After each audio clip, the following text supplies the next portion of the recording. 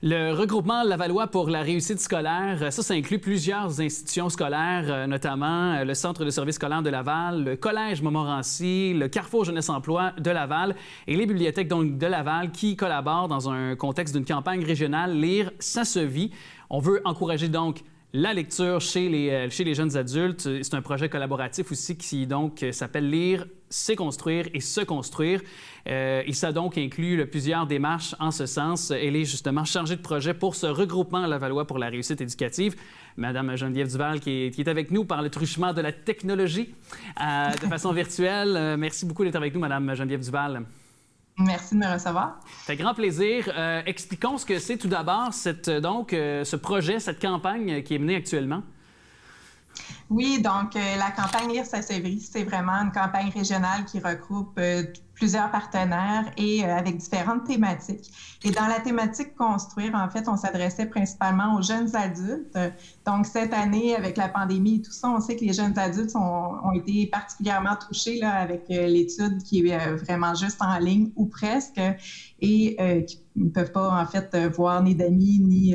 Donc, c'est un peu difficile comme contexte. On souhaitait faire une action collective pour aller vers eux, les rejoindre et en même temps les sensibiliser à l'importance de la lecture dans leur vie quotidienne et aussi montrer que la lecture, elle est partout, donc autant dans les livres et peu importe la forme aussi, donc les romans, les BD, que ce soit un livre de cuisine, un jeu de société. Donc, c'est vraiment ce qu'on voulait mettre de l'avant par ce projet-là. Et justement, donc, vous le menez de façon donc concrète. Et justement, je pense que vous avez aussi des concours qui sont des incitatifs aussi pour les gens à l'écoute de pouvoir participer, de pouvoir s'initier à la culture, mais à l'écriture, à la lecture aussi.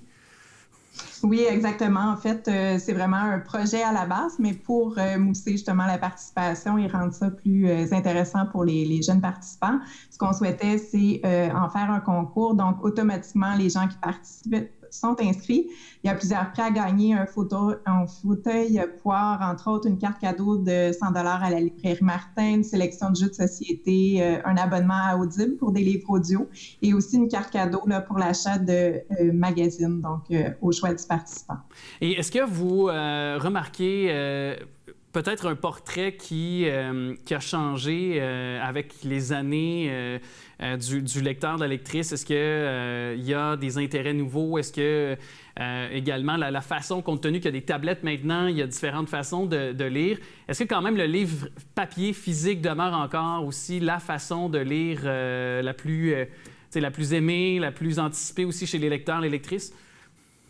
Oui, malgré, dans le fond, toutes les technologies, c'est quand même, quand on souhaite lire un document de détente, là, si je pourrais dire. En fait, le document papier est beaucoup plus apprécié encore aujourd'hui. Par contre, c'est sûr que les technologies nous permettent de faire beaucoup de lectures pour aller chercher de l'information particulièrement. Donc, ça dépend vraiment là, de ce qu'on souhaite faire par notre lecture et c'est ce qui va, en grande majorité, du moins, là, décider par quel moyen on va y arriver. Là. Et pour accrocher le lecteur ou la lectrice, est-ce que, justement, de faire appel à Valérie Hamel, qui est porte-parole, entre autres, qui est, elle, connue sous le nom d'artiste de Velm, si je ne m'abuse, la bonne façon de la mentionner, elle qui est auteure BDiste, justement, les BD, est-ce que ça demeure pas dans leur aspect peut-être sympathique, ludique, puis qui est très large, là, il y a beaucoup de liberté sur le thème, sur les thèmes, sur la façon aussi de pouvoir les construire, les intrigues dans une BD, donc, pour les créateurs, est-ce que ça demeure quand même une des façons les plus faciles, les plus simples pour les aborder, ces futurs lecteurs ou lectrices, finalement? Oui, bien en fait, tout est une question de goût. Donc, il y en a qui aiment vraiment pas les BD, il y en a d'autres qui en sont vraiment mordus. Donc, nous, notre message, c'est vraiment que peu importe, c'est de la lecture et ce qu'on souhaite, c'est que les gens lisent, donc peu importe le moyen. Oui. Puis la lecture pour le plaisir, c'est vraiment ce qui est important là, à long terme. On dit qu'un 3 heures de lecture par plaisir, c'est ce qui va faire une différence, notamment aussi sur la réussite éducative. Donc, peu importe le moyen, je pense qu'il faut juste encourager les jeunes et les moins jeunes à lire. Oui, c'est ça. Puis justement, de par l'école qui s'est faite à distance, ces dernières semaines, ces derniers mois. Donc, est-ce que ça a été un frein à la lecture selon vous pour les jeunes, compte tenu qu'on n'avait pas... Parce que pour certains, les seuls contacts qu'ils ont avec de la lecture, il n'y en a pas à la maison. Malheureusement, des fois, c'est peu encouragé pour différentes raisons à la maison. Donc, la seule façon pour eux de connecter, c'est dans les bibliothèques de leur propre école. Donc, ils s'étaient fermés pendant plusieurs mois. Oui, c'est sûr que l'accès aux livres, ça demeure un enjeu encore aujourd'hui. C'est quand même assez compliqué là, de se rendre en bibliothèque. Il faut déjà prévoir tout ça d'avance.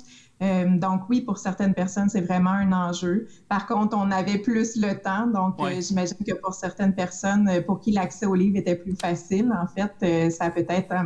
Justement, peut-être que l'écart se creuse encore, là, justement, entre les jeunes qui ont les moyens et les jeunes qui ont moins de moyens là, pour accéder à la lecture. Et bien, c'est ça. Puis j'ai hâte de voir. J'espère que non, parce qu'on nous parle beaucoup d'impact malheureux que ça pourrait avoir dans le développement de nos enfants, cet écart avec le présentiel, avec un professeur qui, pour la pédagogie, la stimulation, la motivation, puis peut-être évidemment sur les retards en écriture, en lecture, qui en sont pour maîtriser justement l'ABC de l'école, et pour apprendre, justement, ça passe par l'écriture et la lecture.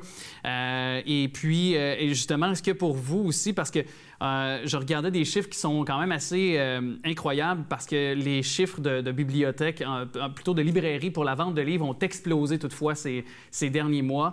Vraiment, on voit des écarts là, comparativement à l'avant et au pendant de la pandémie, et qui se poursuit actuellement. Donc, pour vous, cette explosion de vente de livres dans nos librairies québécoises, par exemple, donc c'est quand même un indicateur Il y a votre campagne également qui actuellement bat son plein. Là. Donc, pour vous, j'imagine que c'est un indicateur favorable à continuer à faire ce genre de campagne-là dont vous venez actuellement. Là. Oui, bien, tout à fait. En fait, ce qu'on veut, c'est vraiment impliquer toute la communauté là, autour les mobiliser autour de la lecture. Et puis, je pense que ce projet-là, c'est une façon qui est vraiment amusante, qui est simple, qui est dynamique. Donc, c'est un peu l'idée qui est derrière là, de la participation des gens. Oui, et là, bien, allons-y, parce que c'est quand même intéressant. On doit donc construire une mosaïque collective de photos. C'est ça? C'est un modus operandi pour votre campagne actuellement? Oui, bien en fait, les gens doivent nous envoyer leurs photos avec une lecture de leur choix. Tantôt, on le disait, ça peut être un livre de cuisine, ça peut être un bail, par exemple, ou peu importe. Là, donc, ce qu'ils lisent en ce moment. Et puis, nous, après, on va faire vraiment le transfert sur une mosaïque et on va créer une image avec ça. Donc, on va dévoiler cette image-là, justement, autour de la mi-mai. Et puis, les bannières qui seront produites pourront être en exposition, dans le fond, tout au long de l'année, là, dans les différents lieux qui rejoignent les jeunes adultes. Oui. Donc, vos partenaires, justement, là, dans cette campagne dont vous collaborez, donc je rappelle bien sûr le Carrefour Jeunesse Emploi de Laval, les bibliothèques de Laval, le Collège Montmorency, bien entendu, le Centre de services scolaires de Laval aussi. Alors, tous ces lieux où on peut retrouver donc cette campagne que vous venez de façon donc, concrète et en collaboration. Madame Geneviève Duval, merci beaucoup. On rappelle bien sûr, vous êtes chargée de projet pour le regroupement Lavallois pour la réussite éducative. Merci beaucoup de nous avoir parlé. C'est un grand plaisir.